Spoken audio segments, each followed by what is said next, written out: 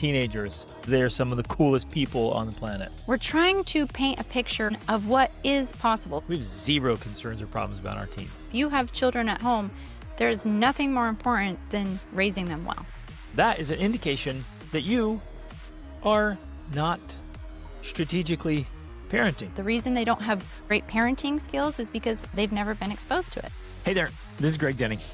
We want to reach as many people as possible and help as many families as possible with these conversations. And we want to keep this podcast ad-free forever. You can help us do that by subscribing on Spotify or Apple Podcasts or wherever you listen, your favorite platform, and on YouTube. And leave a quick review and share your favorite episodes with friends and family. It makes a big difference. Thank you for being a part of this very important movement. Ladies and gentlemen, welcome to the Extraordinary Family Life Podcast. We are your hosts, Greg and Rachel Denning. Today, my friends, we are talking about teenagers, one of the raddest topics on the planet because they are some of the coolest people on the planet.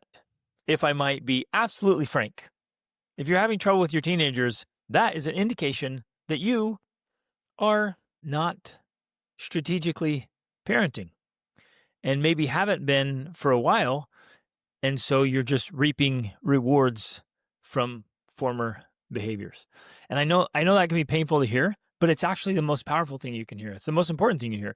If something's off with my kids, I don't look at my kids and be like, oh, there's something wrong with my kids. I need to send them to some kind of camp, or I need to send them to somebody to fix them or whatever. I need to stop and be like, whoa, what am I doing or not doing that's making this ineffective or making it harder than it needs to be? Well, yeah, the most painful truths are often the most powerful truths, because what that means ultimately, that's what I love about the whole idea of personal responsibility and accepting responsibility for the outcomes in your life. It means you can actually do something to change it.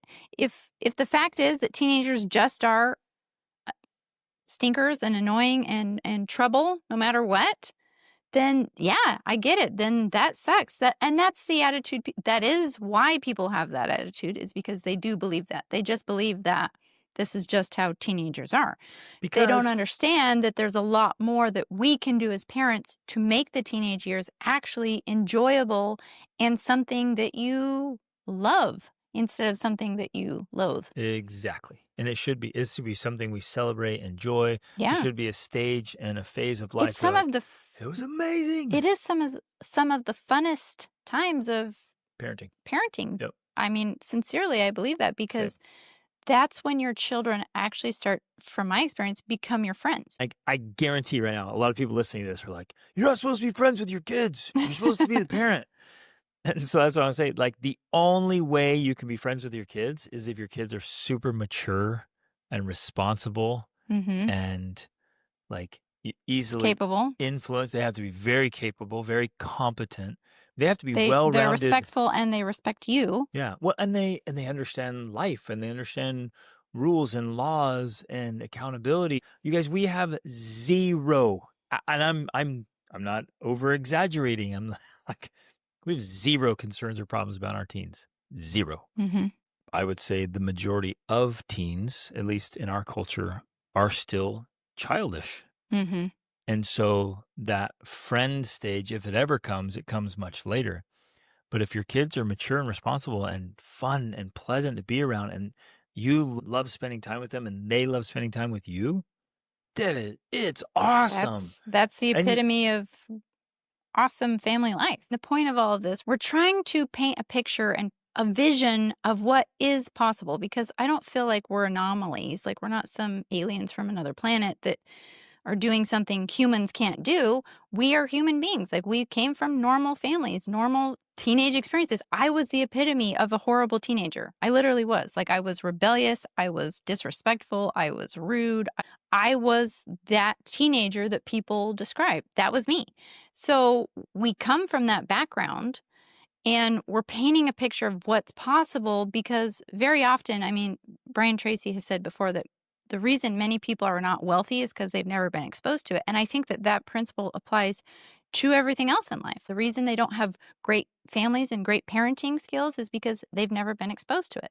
So exposure and a vision of what is possible is the first step. You can't create something that you don't know exists. That's what we want to talk about today, is like, how do you get something different? How do you create better relationships? The principles that are working, not just our luck. And for those who are new to the podcast, I grew up in a broken home, was out on my own as a teenager. I only want to paint that picture so that none of you think, well, okay, if you two just came from these wonderful families and you have this advantage in life, you had parents that showed you how to raise teenagers. Neither of us had that. And we had to figure this stuff out. And we were very deliberate and strategic about it. And that's why it worked. And so if we can do it, you can do it. Anyone can do it. Well, and plus to explain the process too, it was very much a trial and error, and we figured out things that worked by experimenting and then did more of those things. So it's not like, there was no mistakes and it was perfect the whole way and that we never had any conflict. That sort of stuff happened, but we were able to be strategic in figuring out what worked and what didn't, and then to stop doing the things that didn't work and start doing more of the things that did work. So by the time our second teen, our third teen, our fourth teen, now our fifth teen, we're like, okay, we know what is working, and we can get more consistent results with it because we figured it out, right? That I would say is our super simple superpower that we can share with anybody. It can be anybody's superpower. Those of you listening, like it's like we just kind of hand it to you. Now, noticing isn't just enough. You have to research it. You have to study. You have to practice. So when you get out and do this with everything in life, when you get out and you try a lot of things and you try them quickly and you try to implement a lot of strategies and you're watching and really paying attention, you're being deliberate about what you're doing, you collapse time. So what would take somebody years to figure out, you can figure out in a few weeks because you're just trying a lot of things and paying really close attention. Yeah. Most of us are just rolling along, kind of dazed and confused with our fingers crossed, hoping our kids turn out. Right. I have noticed that people will realize there's some issue with their child or their teen, and yet they take no action on it. They do nothing about it. They might reach out and ask a question, but then when it gets right down to actually taking steps, they procrastinate or they dilly-dally or they never make a decision. And so months and years will go by and they never do anything to actually try to make a difference or to solve the problem. I think that is one of the fallacies that many parents face, is that they just don't have any sense of urgency about, I need to do something about this and I need to do it now, not tomorrow, not next week. Our approach has always been to pay attention to the warning signs, which are the small things. Like unless you have a good relationship with your teen and they are healthy and happy, everything else is pretty much a warning sign. One thing that a lot of good parents don't realize is that the warning sign that they often mistakenly assume is normal behavior. Like, oh, that's normal, tween or teen behavior. You gotta start distinguishing, like, what are the warning signs, the ones that have to be addressed immediately and do something about it. So yeah, I would plead with all of you, do not procrastinate. Don't hesitate.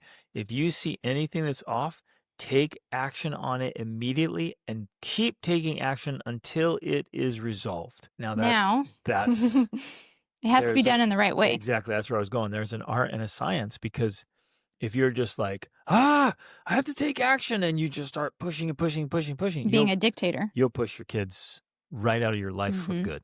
You'll actually create the very thing you don't want. You'll cause more problems. The action you need to take is actually on yourself.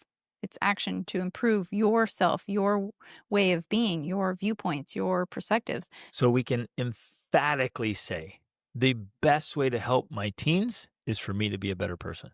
And I can specifically dig into parenting strategies and tactics, its skills, and take it dead serious. Yeah. Dead serious.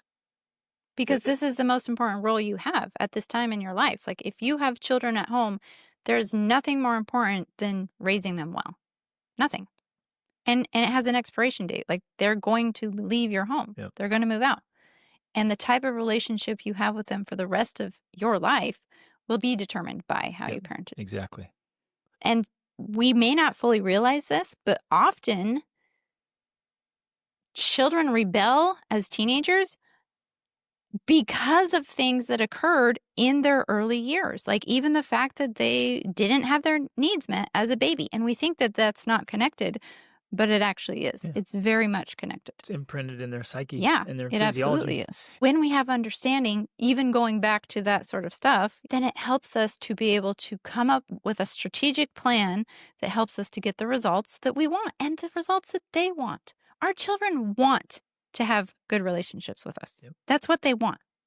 Never, ever underestimate how much your kids want to please you. Exactly. They do. And so we just have to do our part to make sure we're not pushing them away. Yep. Okay. We have to mention so many behavioral problems with teens are caused by lack of sleep and poor food quality. Mhm. If you'll just improve how well they sleep, make sure they're getting good sleep and enough sleep, and make sure they're eating good food, the vast majority of behavioral issues and problems and weird stuff just go away because And- they're tired and their brains are starving. Including depression and anxiety. When you get hangry or tired, are you less patient? Are you more reactive? Do you think clearly? So those are foundational principles that are playing into all of this because that directly affects behavior. And the behavior affects our interactions together as parent and child. I want to go over this really fast because I think it's important. The emotional bank account, because that's going to really play an important role in the relationship with your teens. And essentially, the emotional bank account is whether or not the needs of your child are met. If they're met and you're meeting them, you can have capital with them. You have emotional capital. You have money in the bank, so to say. But if their needs were not met when they were children, they're also hungry, tired, depressed, they literally have a negative balance. They're overdrawn. And it's going to be so much harder for you to have the relationship with them that you want and to be able to ask them to do things. Yep. Because you literally have an overdrawn account. And in most cases, I would say almost 100%, if you can't ask your child, your teenager, to do something without getting a negative response from them, it's most likely that you have an overdrawn emotional bank account with them. A great way that I like to think about this is that every interaction I have with them is either making a deposit or a withdrawal. Yeah, every single interaction, So every single one. If I stop and think like, well, and then I like to ask, what's my ratio? And it's easy to get a very low ratio of deposits and a very high ratio of withdrawals. Yes. And this is important to understand. It doesn't necessarily have to be a negative thing to make a withdrawal. Me asking them to wash the dishes, that can be a withdrawal because it requires emotional capital. I have to have a positive balance in the account to be able to ask them to do something for me. Yep. Even though we think as parents, they should just do that. They owe me. Like, I've given them so much. I've given them everything. They should just do it just because. It doesn't work that way, unfortunately. Plus, we have to stop and say, how's that mindset working? Well, out for okay, you? Yes, actually, that is a good thing because I wanted to mention this earlier, so I'm glad you said that, because one of the problems I see with parents is that talking about how we do the things that work, like we're open-minded to what works too. Some parents won't do things because they think it's not supposed to be done that way. I'm not going to do that. It shouldn't be that way. Right. And in my mind, I'm like, if I'm doing that because I think this is how it should be done and it's not working, Stop. I'm going to stop doing that. I don't care if that's how it should be done. I don't care if that's the quote unquote right way.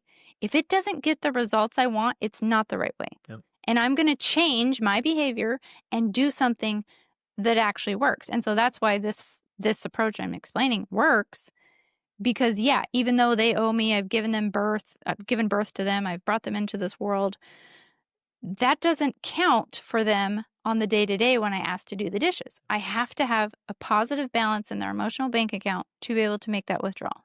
Well, yes, it is worth pointing out a couple of these things because we've heard them endlessly and we believed them early on. I'd have a conversation with other parents like, kids should just be obedient.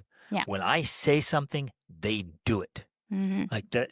And you think, yeah, I want obedient kids. Mm-hmm. And that's like the most common thing. And yet that's an absolute It crap doesn't work. sandwich. It doesn't work. And yet it was one of the most common parenting philosophies or mindset. My kids should be obedient.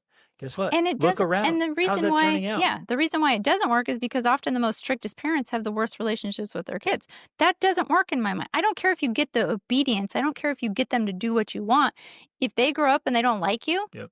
they don't respect you, they don't want to have a relationship with you, it didn't work. And they're rebelling behind your back. So Yeah. we have We have I've been insider working with- information. Okay, so let me just lay this out. The strictest parents, those of you who are like, we are going to be strict, we're going to have lots of rules and laws, and we're going to keep the law of our family or whatever. The strictest parents have the most rebellious children.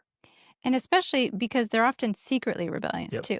And the And parents don't know. strictest parents are often the most, Naive. they're the ones that are most likely to not know what their kids are actually doing. Yeah. Because And if we you're really also- strict, your kids get very, very good at hiding. Right. Which their was behaviors. me too. I was that teen.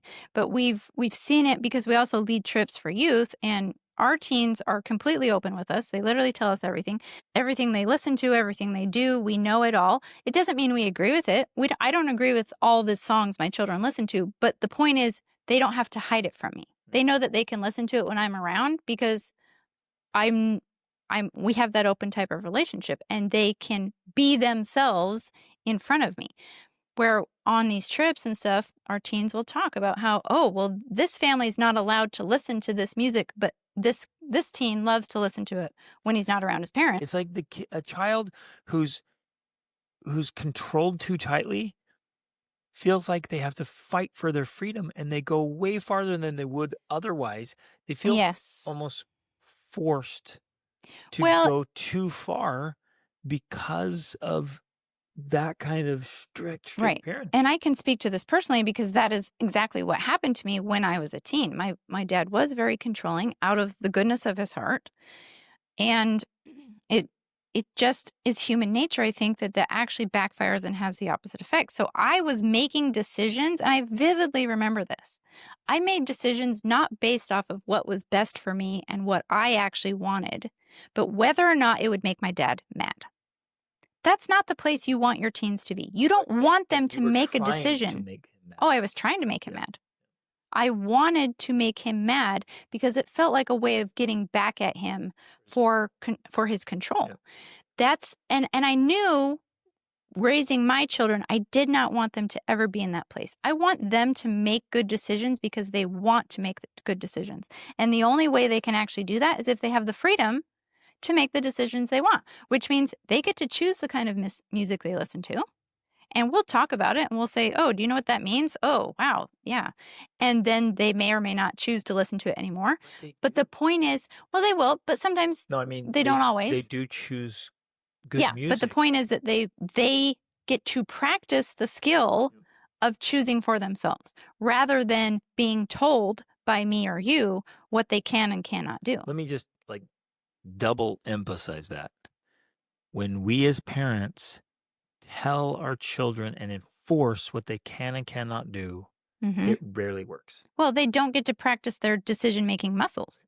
Like it is a muscle that you have to work out. You have to practice. And the fewer decisions you get to make about your life, including what music you listen to and what you wear and where you go and what you do and who you hang out with, all of those things, if they don't get to practice using those muscles, then when they actually do use them, it's often in the wrong way. And like me, they rebel against what you want and do the worst things that you don't want. The only reasons they're doing it is simply to get back at because you controlled them and told them they couldn't do it. Exactly. Right. So I just want to emphasize this again. Like, control doesn't work. No. And I know why you're controlling, because you want your kids to make good choices. But you forcing them to make a good choice is not the same as them making a good choice. And it often pushes them to make the wrong choices. Exactly. So your inadvertently, desire, it's collusion. Yeah, exactly. You're inadvertently contributing to them making the wrong choices. So in a very real way, you are a dictator. And you are a totalitarian. And you're a communist. The term is authoritative. And authoritarian. You're authoritarian. And a communist and a socialist in your own home, while you're spouting how evil those things are and governments and societies like, oh, never, I would fight to my last breath against a dictator. I'm like, well, have you looked around how you lead your house, man? You're the dictator in your own home. And it's causing all these problems. So I want more than anything else, and maybe you've never even done this. Maybe you've not gone through this, and so I invite you to do it. Go through this exercise. What do you want more than anything else for your kids? The number one thing always has been, I want my kids to be absolutely superb, happy, healthy human beings. As Mentally, adults. emotionally, physically, the whole shebang. socially, I want financially. them to be successful, truly successful and happy. That's what I want for them. Next down, I want to have an incredible relationship with them.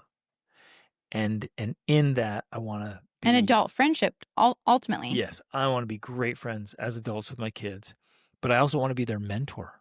I want to be able to... I want them to want to come to me for advice and counsel and like come seek guidance and bounce ideas off me. Even to tell me, hey, I made a terrible mistake. I want them to come to me openly and build this beautiful relationship.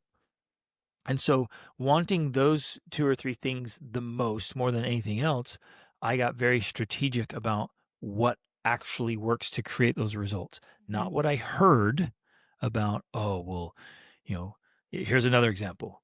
Kids just have to work around the house. Like, I do all this stuff, so they have to do their part, and they're going to do it, and there's no choice. Like, all day, every Saturday, chores. Right? I hear this stuff. And I look, I'm like, how's that working out for you? Like, oh, it's great. Everyone does chores all day, every day, Saturday. We get so much done. It's great. Like, well, what do your kids think about it? Are they willingly helping out? Are they just counting the days until they get out from under your thumb? Are they, again, I mean, we have to stop and say, how's that working out for you? You have these strict ideas, these really fixed mindsets about how things are supposed to be. And the vast majority of the time, it's not working at all. So ultimately, if it's not working, if what you are doing is not working and it's not getting the results you want, then it's time to be open to other things. Yep. One more I have to pull in, though. Screen time is, we just finished, and we talked about this, but we just finished The Anxious Generation. Specifically, he says in there that social media is causing mental illness in our teen daughters. Specifically, it's worse for girls than boys. And he used the word cause. It's not correlation, it's causation. Social media is causing mental illness in fact, he has the data that shows from the time that essentially social media apps and selfies came out in 2010, since then, depression and suicide in teens specifically has just gone through the roof. And he's saying that video games are causing our teen boys to be less successful, meaning they're less developed, they're less engaged. They're not succeeding. Less risk-taking, which is actually a good thing. Right. So right there, just boom, it's one of those other fundamentals. If you have teen boys or teen daughters, you're going to have one of them. If you have teens, video games and social media specifically are causing serious problems. So if you want to avoid problems, you want your kids to be healthy and happy and fit with all these other things, even with this question, you've got to remove those other things that are literally causing problems for our teens. Yes. Or not introduce them in the first place. Yep. Okay. I just want to rant about that. Well, what do I do? I know. We need to do a specific episode about that. The video games out of my home. How do I get the consoles out? I'm like, take them skeet shooting. Throw that console up in the air and send a 12 gauge right through it. People think that we're kind of funny and joking about that, but often we're not. We are willing to, with fun and a good attitude and playfully, do those types of things. We are willing to make a statement to our children. Like, we never had a console to shoot, but if we did, you would. And I would give $100 bill to whichever my kids would hit it. Yeah, we'd let them shoot it. Here's $100 bill. I'm giving you the 12 gauge. Obviously, I'm going to teach them how to use it, first of all. Then I'm going to throw that console up in the air. I'm like, any one of you who gets it, and I'll keep throwing up pieces until I'm out of money. And the console's demolished, like $100, Exactly. whatever just destroys this sucker. Right. So you make it fun. They get a reward out of it, but they get a lesson like, this is how I feel about this trash, right? It's gone. Absolute garbage. My children, classic, but they go to church and they get a bag of candy. Like every time I go to church, my kids get candy. I'm like, wow, what is this? But one time they got a huge bag of Skittles, like giant. I immediately cut a hole in it and I poured it down the toilet because I said, this is where candy goes. Down the toilet. And people think that's extreme, but I'm like, no, I'm teaching you. This is an object lesson. I want you to know how seriously I feel about these things. And so we are serious about that. We show them and we make it fun showing them how we feel about certain things. So it's extreme, but it works. By choice, our kids don't eat candy. Yeah. And they don't eat garbage and they don't play video games. And when they do, because they'll occasionally choose to, and they will come to us and be like, oh my gosh, I honestly feel sick after eating that. And we're like, yeah, well, that's good. Good that you're learning that.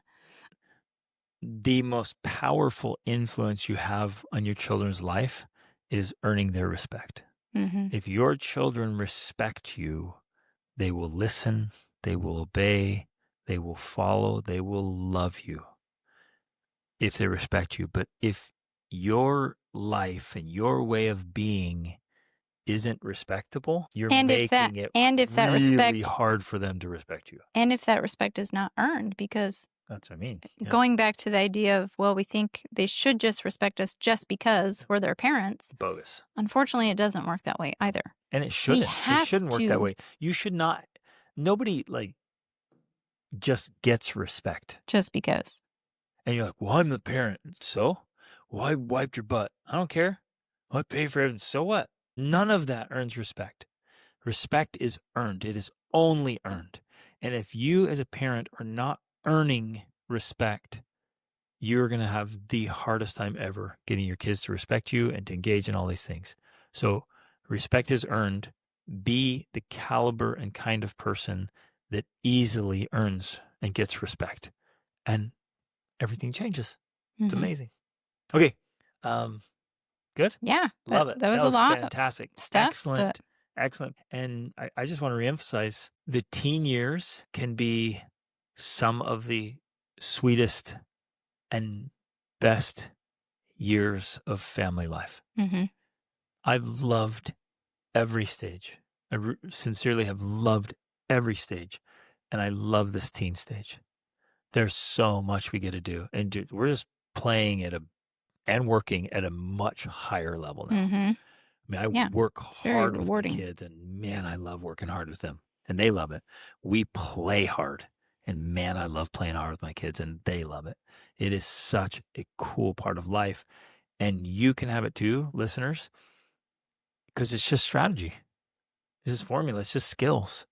And as we work on those things, we can get those same results and outcomes. So don't give up hope of that. Don't ever lose the vision of having your teen years be that way in spite of everything else you see around you, which is not stellar. It's mediocre at best. But you can hold up a higher vision and make it a reality. Okay. Love you guys. Reach upward.